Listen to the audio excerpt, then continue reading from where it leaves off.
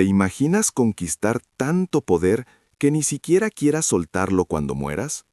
No es el argumento de una serie. Pasó de verdad hace más de 2000 años en China.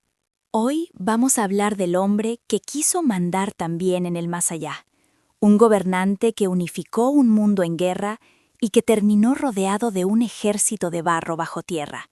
Bienvenidas y bienvenidos a este episodio. Yo soy Charon. Y yo soy Sulafat, y hoy nos vamos a la antigua China para conocer a Qin Shi Huang, el primer emperador, y quizá uno de los personajes más obsesionados con el control de toda la historia. Vamos a ver cómo pasó de ser un niño en un reino en guerra a construir un mausoleo gigantesco para seguir gobernando después de muerto. Primero, pongámonos en situación. Estamos en el siglo III a.C. China no es un país unificado, es más bien un rompecabezas de reinos que se odian entre sí. Sí, la famosa época de los reinos combatientes. Imagina un tablero de ajedrez enorme, con señores de la guerra, intrigas, traiciones. Cada estado va a lo suyo.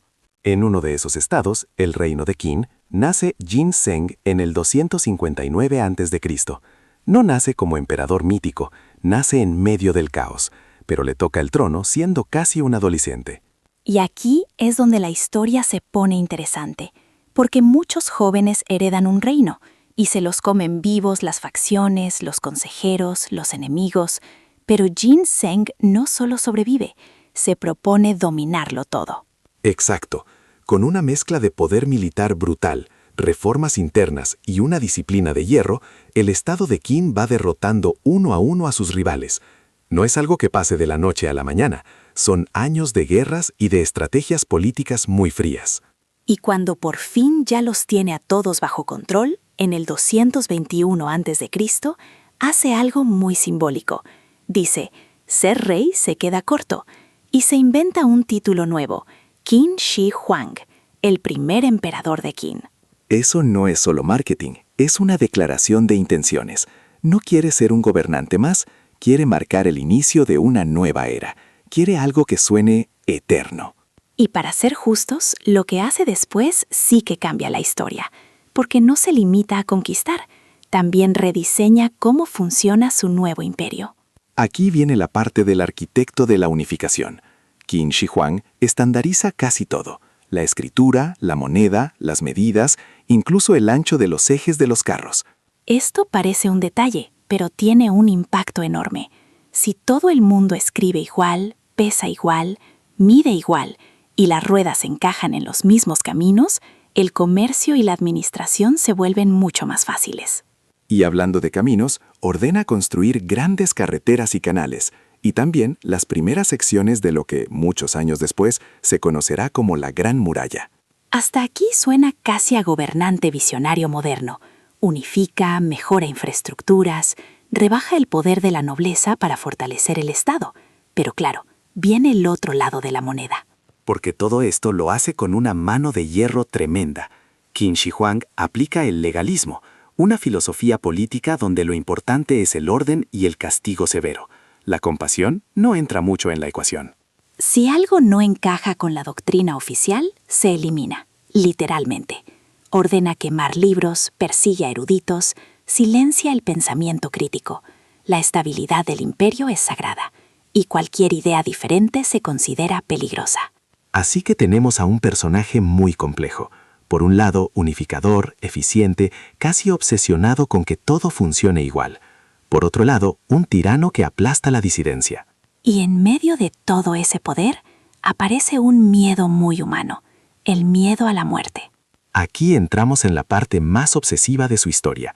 Qin Shi Huang no veía la muerte como algo inevitable y lejano, la veía como una amenaza concreta que había que vencer. Empieza a buscar la inmortalidad de forma casi desesperada. Manda llamar a alquimistas de todas partes para que le preparen elixir tras elixir. Envía expediciones a islas legendarias donde, según los mitos, vivían seres inmortales. Y aquí hay una ironía brutal. Muchos de esos brebajes que tomaba llevaban mercurio, y todo apunta a que, en vez de alargarle la vida, probablemente aceleraron su deterioro físico. Es casi trágico. Querer vivir para siempre y quizá acortar la vida por culpa de esa misma obsesión. Pero su estrategia principal para vencer a la muerte no fue química, fue arquitectónica. Desde que sube al trono, empieza a preparar su gran proyecto para el más allá, su mausoleo. Y cuando decimos mausoleo, no hablamos de una tumba grande con una estatua encima. Hablamos de una auténtica ciudad subterránea cerca del actual Xi'an.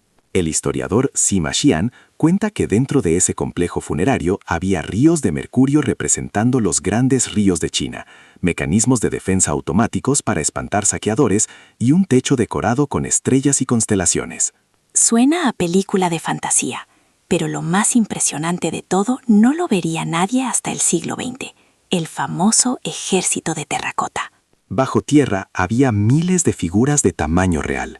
Se calcula que unos 8.000 soldados, más de 600 caballos, carros de guerra, oficiales, arqueros, infantería pesada, incluso músicos y funcionarios. Y no son muñecos en serie.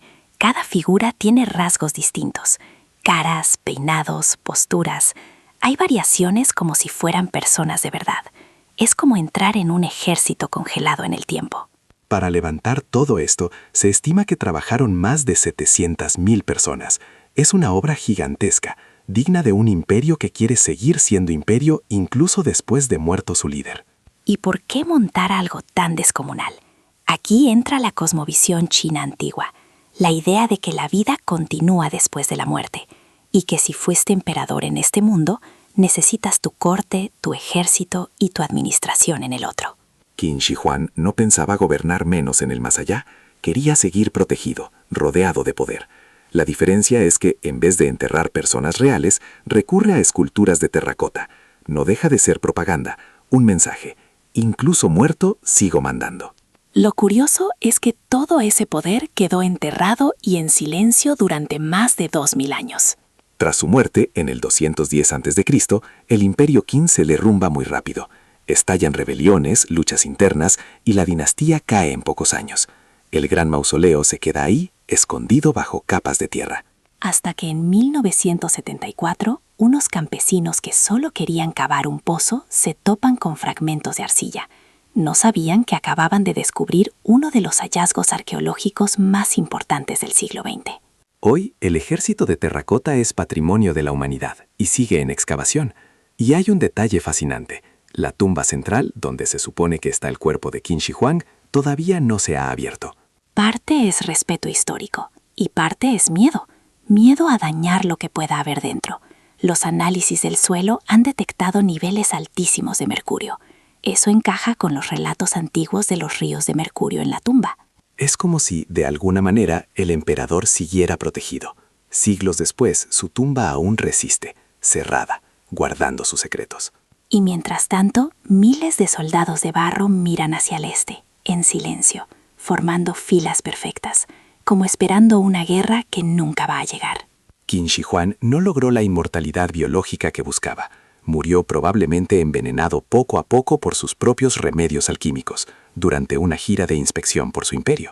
Pero sí consiguió otra cosa. Unificó los territorios que se convertirían en la base del Estado imperial chino durante más de 2000 años. Su modelo administrativo influyó a muchas dinastías después. Incluso el nombre de su dinastía, Qin, dio origen al término China en algunas lenguas, y su ejército de terracota se ha convertido en un icono mundial. Así que, de alguna forma, sí venció a la muerte. No en su cuerpo, pero sí en su memoria. Hoy, más de 2000 años después, seguimos hablando de él. Lo visitamos en museos, lo estudiamos, lo discutimos. Y lo miramos con sentimientos encontrados. Admiración por su capacidad de unificar y construir, y miedo o rechazo por su tiranía y su obsesión por controlar hasta el último detalle de la vida y de la muerte. Vamos cerrando. Hoy hemos viajado desde un tablero de reinos en guerra hasta una ciudad subterránea hecha para la eternidad. Hemos visto a un emperador que quiso controlar no solo su imperio, sino también su propio destino después de morir. Te lanzo una pregunta para que la pienses. Si pudieras elegir entre vivir para siempre o dejar una huella profunda en la historia, ¿qué te gustaría más? ¿La inmortalidad del cuerpo o la de la memoria? Si este episodio te hizo imaginar esos pasillos llenos de soldados de barro y preguntarte qué hay detrás de la tumba sellada de Qin Shi Huang, Compártelo con alguien a quien le guste la historia y las buenas historias de poder. Gracias por escucharnos, por tu tiempo y tu curiosidad. Nos encantaría saber qué opinas de este emperador, visionario, tirano o las dos cosas. Nos vemos en el próximo episodio, donde seguiremos explorando personajes que intentaron ir más allá de sus propios límites. Hasta la próxima. Y recuerda, a veces la forma en la que queremos vencer a la muerte dice mucho de cómo vivimos la vida.